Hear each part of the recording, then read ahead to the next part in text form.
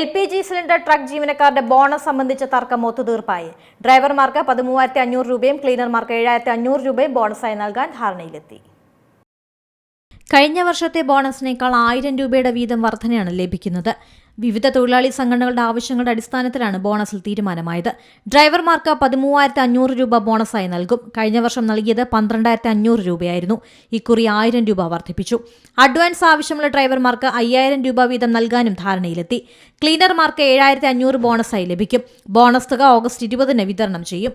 അഡ്വാൻസായി നൽകുന്ന 5000 ഒക്ടോബർ മാസം മുതൽ 5 തുല്യ ഗഡുക്കളായി പ്രതിമാസം 1000 രൂപ വീതം തൊഴിലാളികളിൽ നിന്ന് തിരിച്ചുപിടിക്കും.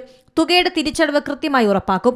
ഇപ്പോൾ നിശ്ചയിച്ച തുകയേക്കാൾ ഉയർന്ന നിരക്കിൽ ഏതെങ്കിലും ട്രക്ക് കോൺട്രാക്ടർമാർ തൊഴിലാളികൾക്ക് നിലവിൽ ബോണസ് നൽകുന്നുണ്ടെങ്കിൽ ആ ഉയർന്ന തുക തന്നെ തുടർന്നും നൽകണമെന്നും ധാരണയിലുണ്ട്. News desk Zee Malayalam News. ഏറ്റവും പുതിയ വാർത്തകളും വിശേഷങ്ങളും വിരൽ തുമ്പിലറിയാൻ സി മലയാളം ന്യൂസ് എല്ലാ ഡിജിറ്റൽ പ്ലാറ്റ്ഫോമുകളിലും ലഭ്യം.